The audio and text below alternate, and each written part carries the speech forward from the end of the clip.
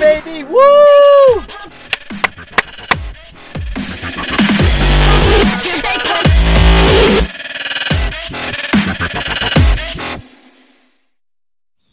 Hey y'all, it's another beautiful morning in northern Minnesota. Today I have real estate business that calls me to the north. I'm headed up to a tiny little town called Isabella, but while I'm there, I'm gonna take a little extra time and hit one of the local lakes. Isabella is known for many small puddle lakes, I call them, and it's the southern edge of the Boundary Waters area, and so it's a little more wildernessy up there, you could say.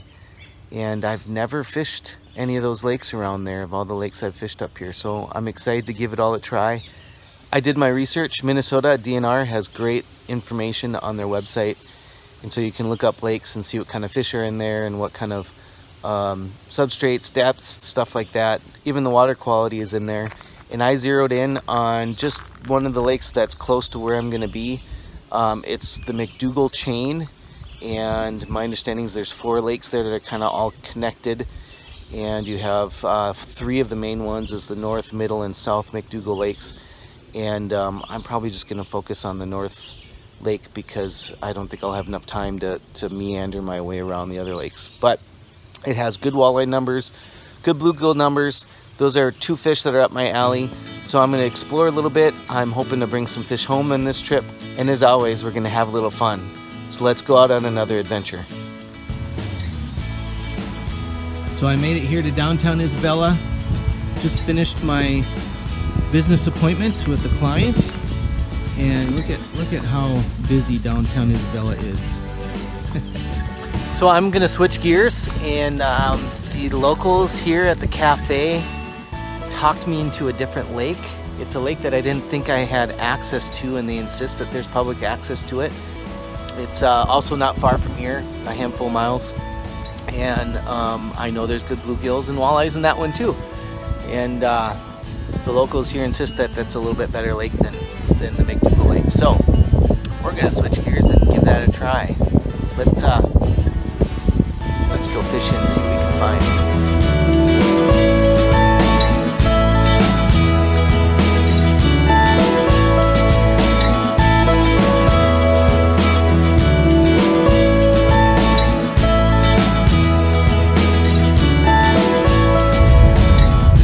I'm really loving this drive. I almost feel like I'm in the Boundary Waters again, which is about right. We're only really 20-30ish minutes from the nearest Boundary Water access. And the woods get different up here up north. It's way more pines and feels very wildernessy. I'm getting excited. The tip I got on this lake leaves me optimistic. Of course, not having fished it before, I don't know what to expect, but the gentleman who gave me the tip has 2 really big bluegill mounts in his cafe there that he got in this lake while he was walleye fishing. So there's a chance that you could get a 10+ inch bluegill out of here, and I am all over that. So here's hoping.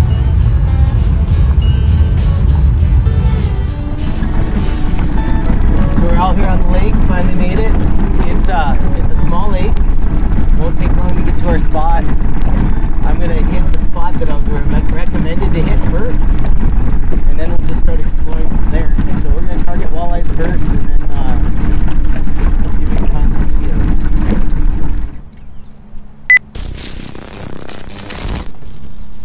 Well, I took the risk to try a new lake. So far, it's not panning out. The wind isn't making it easy either. There's a front moving in, and so it's pretty windy.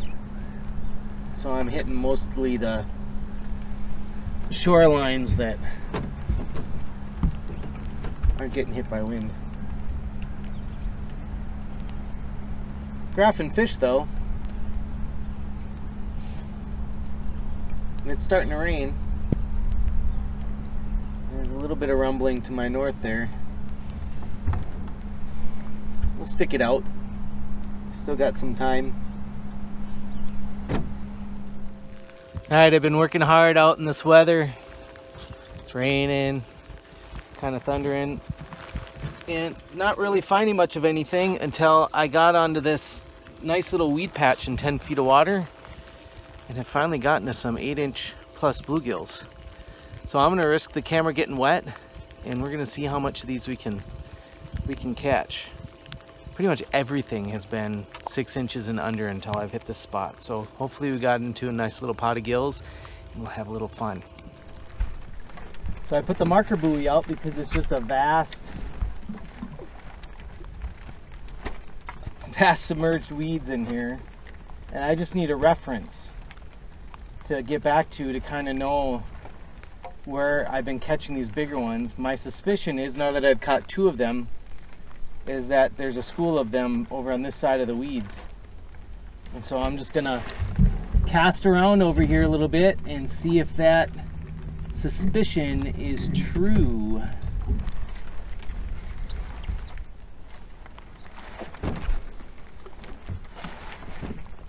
It might be. This one's a little bit smaller, but it's definitely the bigger class smaller, if that makes sense. So here's hoping. Here's hoping. I'm starting to get goosebumps.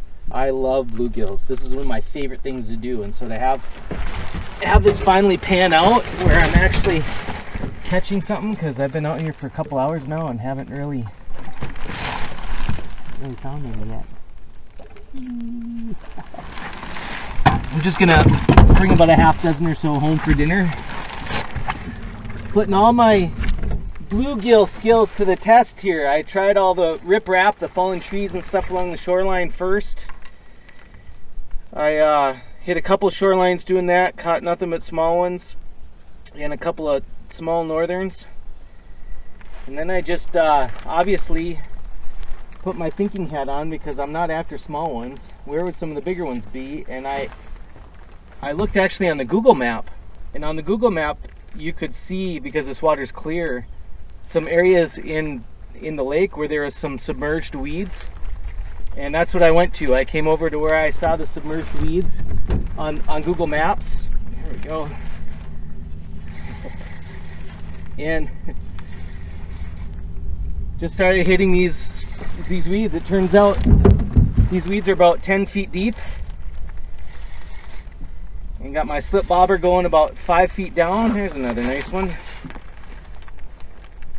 And I've just pitched around in here looking for them, and like I said, there's just a spot in here where they're at. I've caught nothing but small ones until I hit this spot.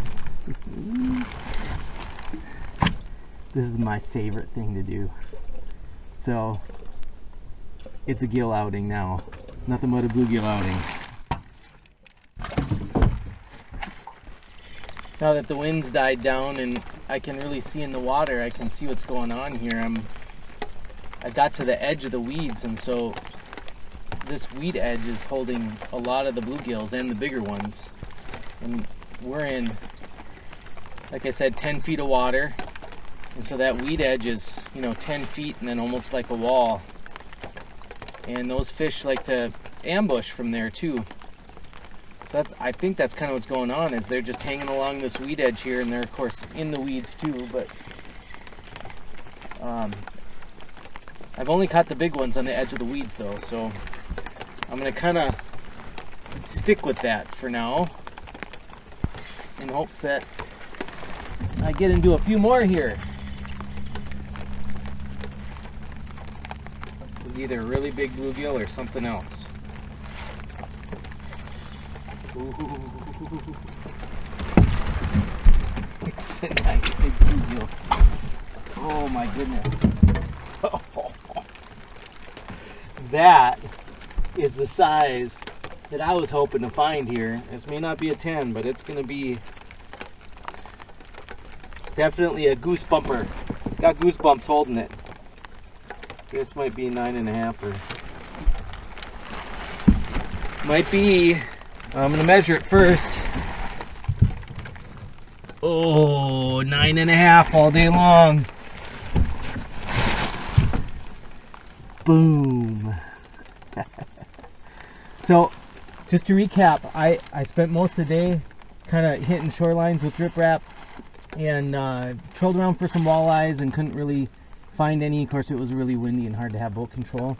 And I looked at the Google Maps and to try different mode of operandi and saw a bunch of submerged weeds in the satellite pictures, and came over here and just started pitching around and finally found some big ones. I'm really excited. We'll get her back in.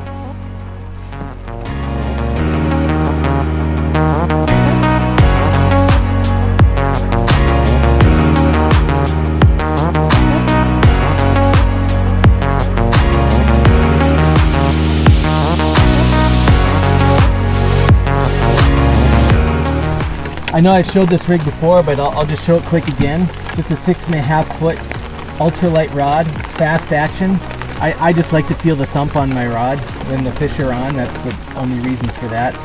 A slow action rod would actually do better for bobber fishing with hook sets. I do a slip bobber rig for panfish mostly. There are times that I might pitch a little tiny jig, and maybe we'll do another episode with that sometime. But right now I'm just pitching this one, and I've got 4-pound test on it, just your regular mono. I've just found that to be the most versatile with all applications that I use for this. Then I like to use a swivel. The only reason why I have that on there is for weights, because this little 64th ounce jig isn't heavy enough to pull through the slip bobber. And then I do about a 18-inch or so leader, and that also is 4-pound mono. Sometimes I might put fluoro on there, but fluoro actually doesn't last as long as mono. It's not as durable with nicks and stuff. When I'm always casting around reeds and docks and things like that, I like to have durable line on there, and this 4-pound mono, you know, does pretty good with that. It also is just tough enough to be able to pull it out of the reeds when I get stuck. When you're pitching the reeds, that tends to happen a lot. So let's get back at it.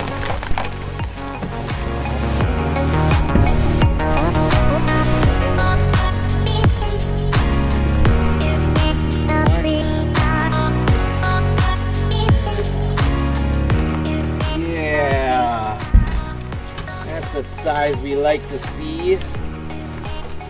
Solid 8-incher. Take that one home to eat.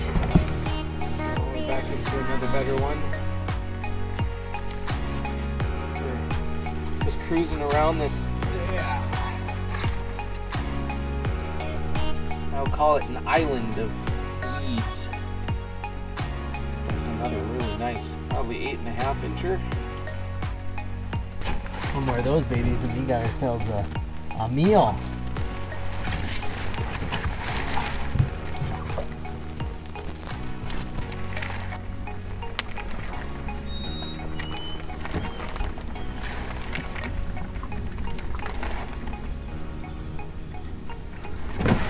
Here we go.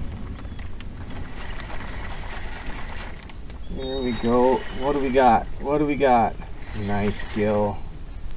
Yes. Yes. Gets me all excited. Come on. Ooh, yeah. Ooh, there's another 9-incher. We'll let this one go too. You know, we salvaged a good fishing day. I really did think we weren't going to be able to put an episode together today. But the bluegills, the mighty bluegills, came through and puts a big smile on this guy's face. They truly are my favorite fish. I love to chase the 9-10-inchers. I'm always after that elusive 10-incher. Here in northern Minnesota, they don't grow very big, but there are 10+ inchers around. And in my 12 years of fishing them hard, I mean, I've fished them constantly. I've only caught 4 fish over 10 inches, with 10.25 being my biggest one. When I lived in North Carolina many years back, in what feels like another lifetime, ago, I caught a handful of 10 3/4 inch. So that's my biggest to date. But man, it's always fun to catch these 9+ inch guys. I like bluegills. Bluegills like me. Bluegills and I are a perpetual spree. Ooh. Going fishing, having fun, spending my day just as I want to. Oh my goodness, that's a nice one. I like reeling the fish in, why not? I like catching the big gills. Whoa! Yeah! Bonus fish! Woo!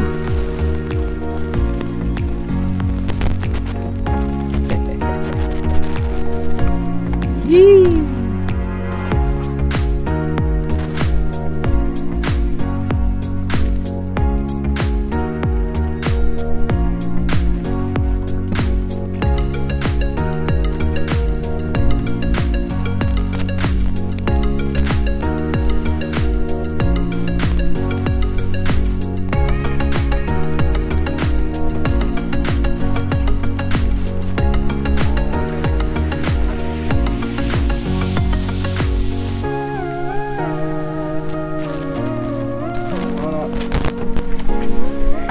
Up.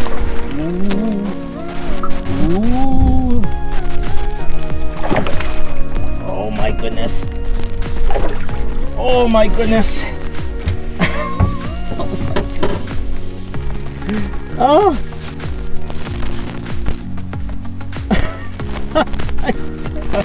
I've ended the episode. There isn't anything more to do but catch some more big fish. That's another 9.5 incher. Ah! Oh my gosh. I'm gonna measure him with the right.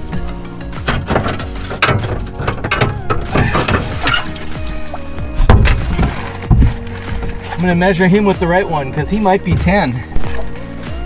He might be 10. He hit it. He hit the 10-inch mark. I'll take a picture. We'll put it up.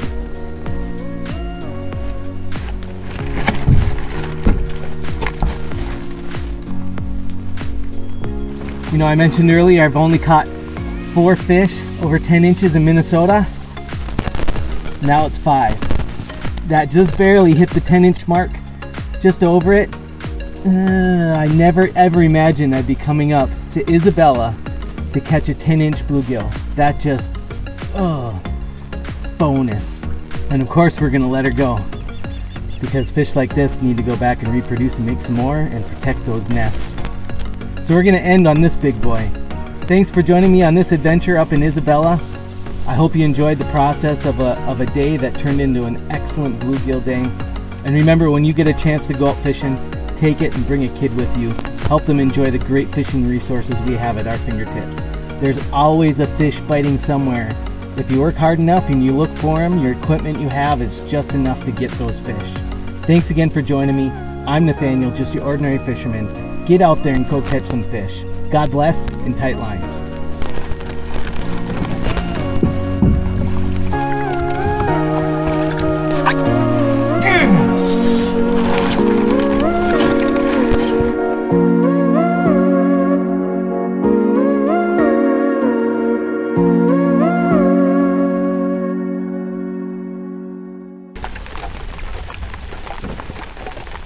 You fish the days you're given, and today I'm given windy into rainy day,